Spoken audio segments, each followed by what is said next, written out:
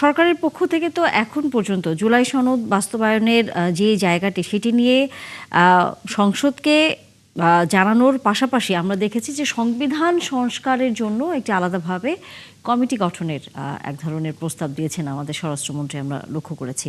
এবং সেখানে বলা হয়েছে যে সংসদে যারা প্রতিনিধিত্ব করছেন তারা প্রতিনিধিত্ব করতে পারবেন, অর্থাৎ সরকার, বিরোধী দল এবং একই সাথে বাইরের বিশেষজ্ঞরাও যদি এখানে যুক্ত হতে পারেন সেটি রাখা হবে সুযোগটি। আপনার কাছে কি মনে হয় সেই জায়গায় এরই মধ্যে বিরোধী দল থেকে কিন্তু বলা হয়েছে যে তারা সেই বিশেষ কমিটিতে থাকবে, কিন্তু যখন সেটি পর্যালোচনা যেই করা হবে যে প্রক্রিয়ায় বা সেই কমিটি যখন কাজ করবে তখন তারা সেখানে থাকতে চান না, তাহলে আসলে বিষয়টা কেমন হলো? আমি আগে বলেছি যে দুঃখিত যে একটি নতুন গণতান্ত্রিক প্রক্রিয়া শুরু হয়েছে, সেখানে কিছু দ্বিধা, দ্বন্দ্ব, সন্দেহ, অবিশ্বাস থাকবে, এটা অমূলক কিছু না। কিন্তু এই সংসদের শুরু থেকে, ডে ওয়ান থেকে আমি বলবো, শপথ নেওয়ার দিন থেকে সরকার এবং বিরোধী দলের মধ্যে কিছু বিষয়ে, এই যে সাংবিধানিক সংস্কার, জুলাই সনদ, এই সমস্ত বিষয়ে যে ভিন্নতাটা ডে ওয়ান থেকে লক্ষ্য করা যাচ্ছে বা যে পলিটিক্যাল স্ট্যান্ড নিয়েছেন দুই পক্ষ, এটা না নিলে ভালো হতো। কারণ হচ্ছে সরকার হিসেবে বিএনপি কিন্তু শুধু বিএনপি না, বিএনপি একটি রাজনৈতিক দল, আবার বিএনপি একটি সরকার। ফলে বিএনপি রাজনৈতিকভাবে আগে যে অবস্থান নিয়েছিল, সরকার আসার পর বিএনপির যে হুবহু সেই অবস্থান থাকবে এটা মনে করার কোনো কারণ নাই। কারণ হচ্ছে শুধু এখানে বিএনপি ডিকটেট করে না, এখানে আমাদের ভূমিকা থাকে, ক্ষমতার একটা নিজস্ব ডায়নামিক্স আছে, ক্ষমতার চারপাশে কিছু মানুষ গড়ে ওঠে, কিছু সুবিধাভোগী মানুষ গড়ে ওঠে, এবং যেটাকে আমরা ডিপ স্টেট বলি। ডিপ স্টেট বলার সাথে সাথে আমরা কেউ কেউ মনে করি যে ডিপ স্টেট মানে শুধু intelligence, DGFI, NSI. Deep state মানে তো শুধু তা না। ডিপ স্টেট মানে এর বাইরে সিভিল ব্যুরোক্রেসি থাকে।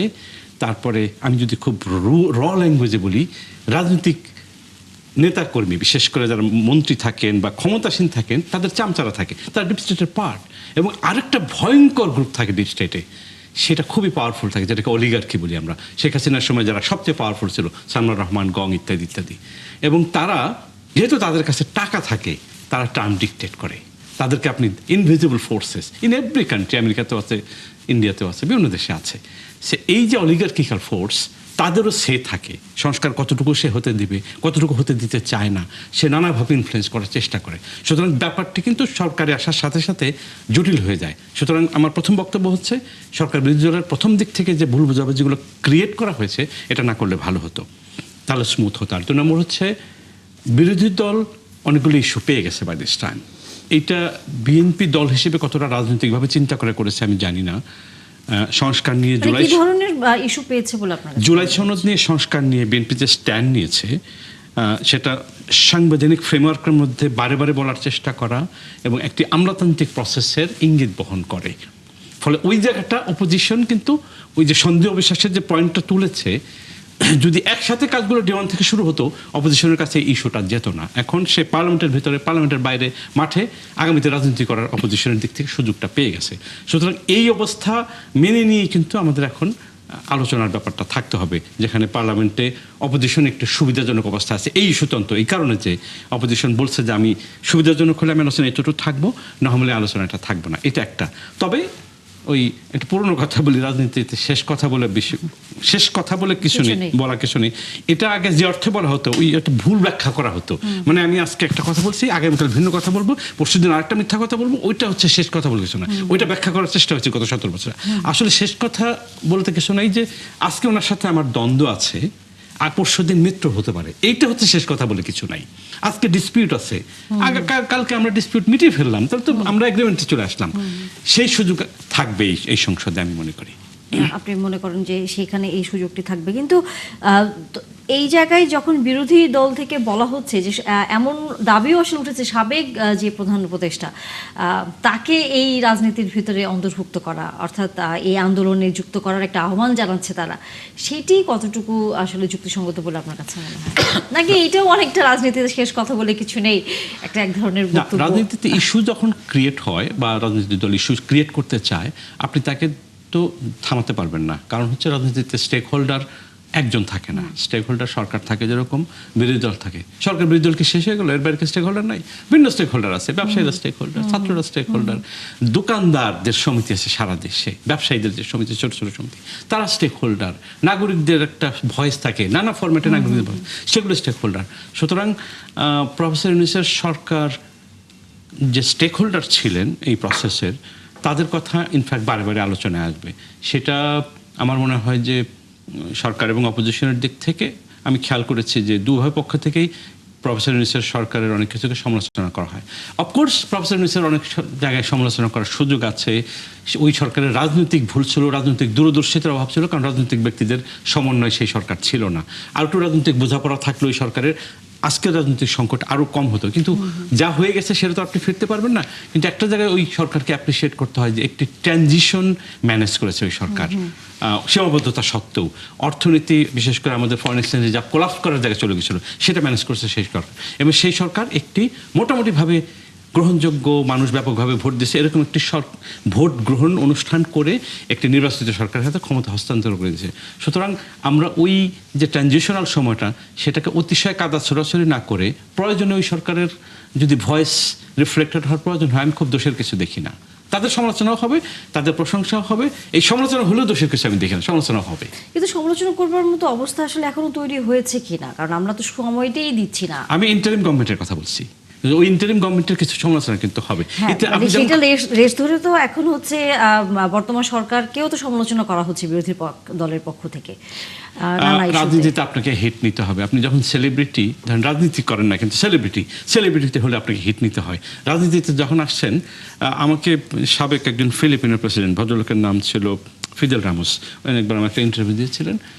আমি তখন খুব ইয়াং রিপোর্টার, তো উনি অনেকগুলো সংগঠনে জড়িত ছিলাম। জিজ্ঞেস করলাম যে হাউ ডু ম্যানেজ দিস? হি ওয়াজ লাফিং। বললেন যে আমি পৃথিবীর যে কোনো দেশে আপনি যখন পলিটিশিয়ান, আপনাকে 8টা বল খেলতে হয়, আপনি একটা বলও মাটিতে পড়তে দেওয়া যাবে না। You have to play with this. You are a politician, আপনাকে হিট নিতে হবে। অবশ্যই। কিন্তু আমাদের এই অঞ্চলগুলোতে এই ধরনের মানসিকতার আসলে নেতা পাওয়াটা বা সেরকম সরকার, সেরকম মানসিকতার লোকজন পাওয়া খুবই দুষ্কর। কারণ আমরা আসলে সমালোচনা নিতে পারি না, আমাদের ভুল ভ্রান্তি আমরা আসলে নিতে পারি না, আমরা সেটা আক্রমণাত্মক জায়গায় চলে যাই। ব্যারিস্টার নাসরিন সুলতানা মিলি, সেটি হচ্ছে জানতে চাই আপনার কাছে, সামনের দিনগুলোতে যেহেতু সংসদ এখন বসছে, অধিবেশন চলছে, সেখানে জুলাই সনদ নিয়ে আলোচনা হচ্ছে, সেখানে সংবিধান সংস্কার পরিষদের বিষয়গুলো নিয়েও একটি কমিটির যে উদ্যোগ সরকারের পক্ষ থেকে নেওয়া হয়েছে, সেখানে আপনারা কতটুকু আশ্বস্ত হতে পারেন যে আপনারা যে ধরনের সংস্কারের দাবি করছেন সেইটি কিছুটা হলেও সেখান থেকে সুফল আসবে? ধন্যবাদ। আমি একটু যদি মনে করিয়ে দিই, আমাদের ঐক্যমত্য কমিশন হয়েছিল, 9 মাস ছিল। হ্যাঁ, তো ঐক্যমত্য কমিশনে আমরা একটা জিনিস নিয়ে খুব মজা করতাম, যে আমরা অনেকগুলো 34টা দল ছিলাম, তো দেখা যেত যে কোনো একটা বিষয়ে যদি বিএনপি অথবা এনসিপি অথবা জামাত ভেটো দিত, সে যে মানে পুরো আলোচনাটা হয়তো 2 দিন ধরে হচ্ছে, সব দল খুব সুন্দর সুন্দর লজিক দিচ্ছেন, কিন্তু পুরাটা ব্রেকডাউন করতো যে কোনো একজন ভেটো দিলে। আমরা দুষ্টামি করে বলতাম যে এই 3টা দল হলো সিকিউরিটি কাউন্সিল, আর আমরা হলাম এমনি এমনি।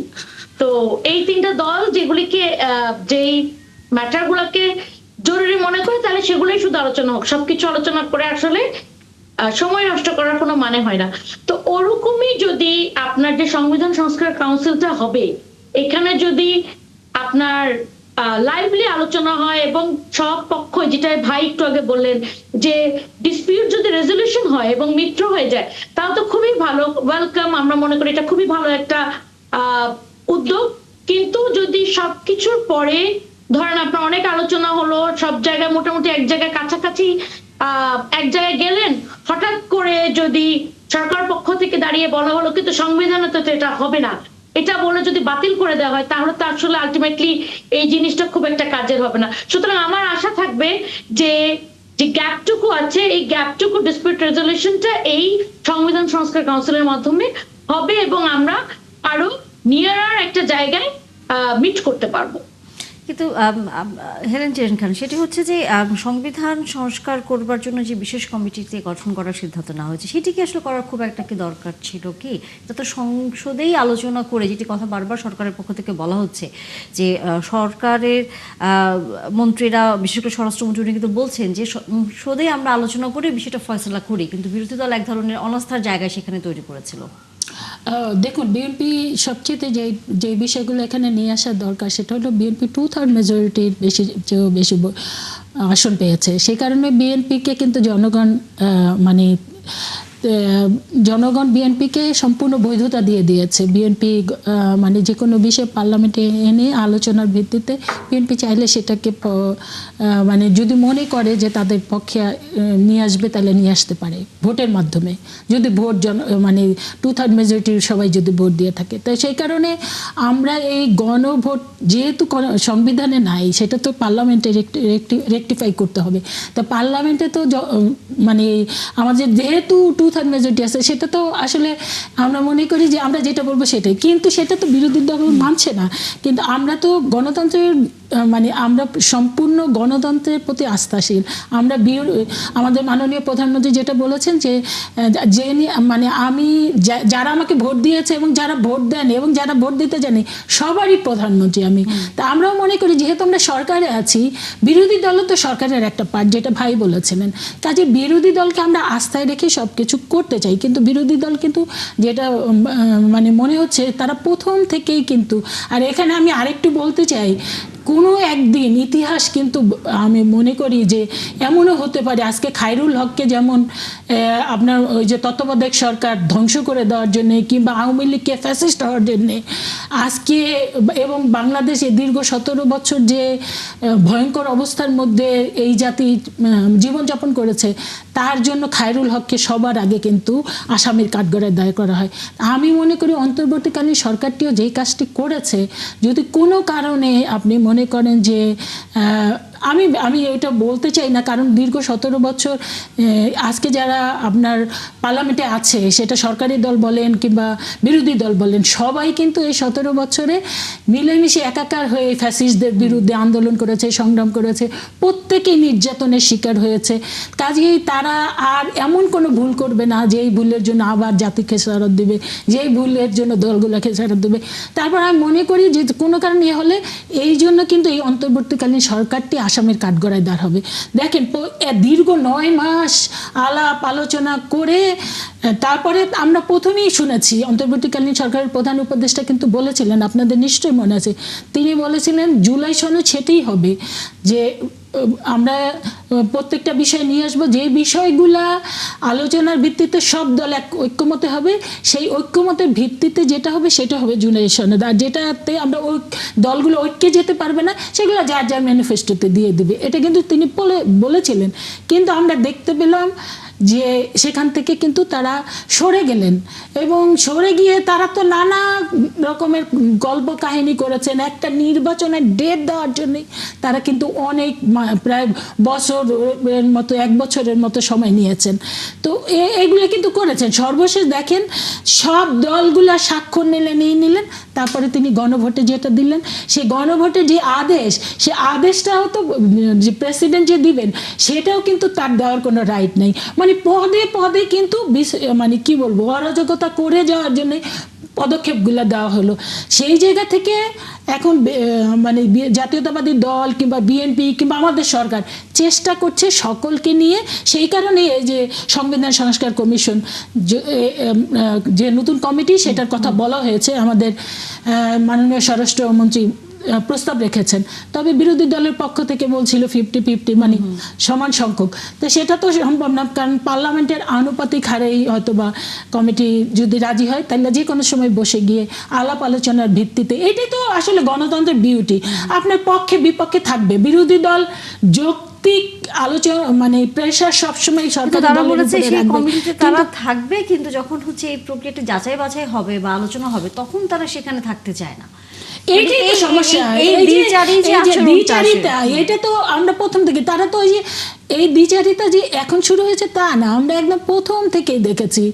মানে বিএনপি সম্পর্কে নানা রকমের প্রোপাগান্ডা করেছে, বিএনপি মানে এক দল তাড়িয়েছি আর এক দলকেও দিব, এখনো কিন্তু ওদের এক একজনের বক্তব্য শোনেন না, কি ভয়ঙ্কর ভয়ঙ্কর বক্তব্য দিচ্ছে যে আওয়ামী লীগ গেছে যেই পথে এই পথে এবারে সেরকমই বলা হচ্ছে যে এরকম কিন্তু তাদের যে চিন্তা চেতনা, অথচ তারা চিন্তা করে না বিএনপি মানে রুটটা কোথায়, বিএনপি কত মানে বিএনপি এত নির্যাতনের পরেও এত নিপীড়নের পরেও বিএনপি একদিনের জন্য ঘরে থাকে না। বিএনপি নেতারা জেলে গিয়েছে, গুম হয়েছে, খুন হয়েছে, কিন্তু কখনো গুপ্ত হয় নাই, গুপ্ত রাজনীতি করে নাই। বিএনপির এই জায়গায় হলো মূল শক্তি। কাজে বিএনপিকে আরেকটা বড় শক্তি হচ্ছে বিএনপির মূল নেতৃত্বের সততা, বিএনপির মূল নেতৃত্বের দেশপ্রেমিকতা। সেখানে তারা কোনোদিন আপোষ করে নাই। শহীদ রাষ্ট্রপতি জিয়া রহমানও করেন নাই, দেশনেত্রী বেগম খালেদা জিয়া করেন নাই, আমাদের মাননীয় প্রধানমন্ত্রীও করেন নাই। সেই কারণে তারা বুঝতে পারছে না যে মানে তারা যে কি কথা বলছে। কাজেই তারপরও আমি মনে করি যে আমাদের দল এবং আমাদের মাননীয় প্রধানমন্ত্রী যে উদারতা দেখাচ্ছেন, ইনশাল্লাহ মানে এই বিরোধী দলকে, এবং তারাও বুঝতে পারবে। আজকেই দেখেন না তারা যে করেছে, এটা যাতে এরকম একটা সময় কি আজকে সে রাজপথে যাওয়ার কোনো মানে সময় ছিল? দেখেন যেখানে তেলের জন্য সারা বিশ্ব হাহাকার, আমাদের দেশেও যদিও সরকার, আমি মনে করি আমাদের সরকার এই জায়গায় খুবই দক্ষতার পরিচয় দিচ্ছেন। আমরা জানি যে তেলের কোনো সংকট নাই, কিন্তু ওই যে বিশ্বর যে প্যানিক, ওইটাতেই কিন্তু মানুষ এখনো মানে প্যানিকে আক্রান্ত, তারা কিন্তু আস্থা ফিরিয়ে আনতে পারছে না। এই জায়গায় আমরা কথা বলতে চাই যে সরকার যে এই যে একটা সমস্যা। আরেকটা দেখেন যে হামের প্রকল্পে, যেটা অন্তর্বর্তীকালীন সরকার এই যে ভ্যাকসিন না আনার কারণে আজকে অনেকগুলা শিশুর জীবন দিতে, এরকম একটা অবস্থায় তারা কি এবং এই হামের যে ভ্যাকসিন না থাকার কারণে যেভাবে শিশু মৃত্যু হয়েছে, তার জন্য আমরা শুধু শুনছি যে গেল সরকারের অবহেলার কথা, কিন্তু দায়ী করা হবে কিনা, আইনের আওতায় কাউকে নিয়ে আসা হবে কিনা, সেই বিষয়টি আসলে আমরা জানতে চাই, আমরা আলোচনা করব।